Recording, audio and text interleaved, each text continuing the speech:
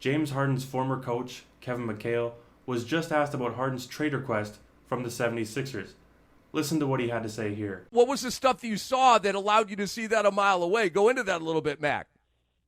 Just when you're playing and you want to win, and there's a big difference between winning and putting up numbers. And I've argued putting up numbers with guys who couldn't put up numbers. The guys average 8 points a game. You say that averaging 20 is not hard, and they go, "Oh my God," And I'm like, it's not hard if you shoot enough and have the ball in your hands enough.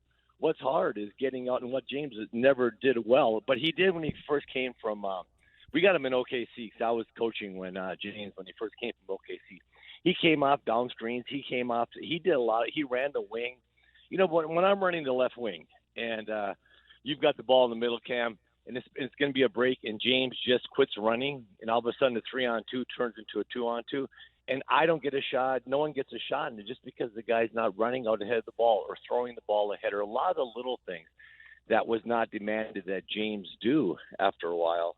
That just, I was like, man, that only lasts so long. And you're not going to win if you don't do little things. If you're not a player that can go out and get defensive stops, then you better be a great team defender. You had better be in the right help. Larry wasn't a great wasn't a great individual defender, but he was a great team defender, and he was always in the right spot, always willing to make the play, diving on balls, just doing all that stuff.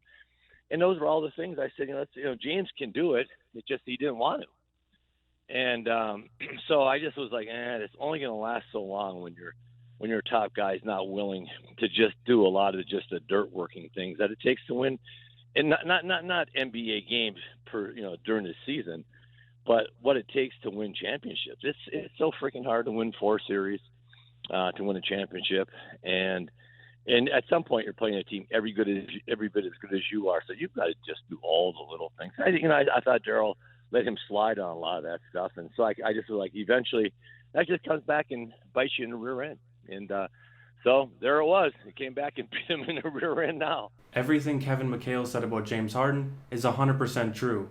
It's the reason why Chris Paul and James Harden always butted heads. And whether or not you like Chris Paul, you have to admit he is a winning player. The closest James Harden got to winning a championship was with Chris Paul, and it all vanished the moment he got injured. And Chris Paul almost beat the Houston Rockets that he just got traded from with the rebuilding Thunder. James Harden has beefed with every teammate he's ever had, and outside of OKC, he's asked out of every situation he's ever been in. There was also reports in Houston that James Harden would be late for practice and film sessions, and that the team would wait for him.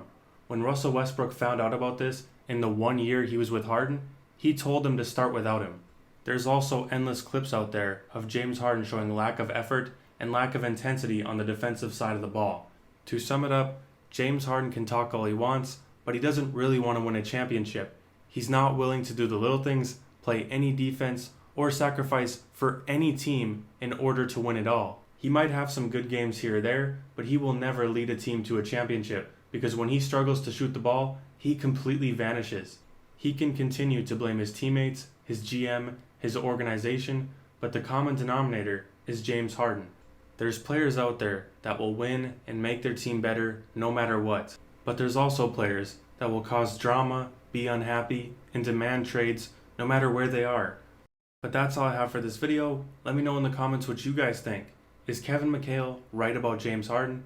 And don't forget to leave a like if you enjoyed this video, and subscribe for more NBA content just like this, and I will see you in the next upload.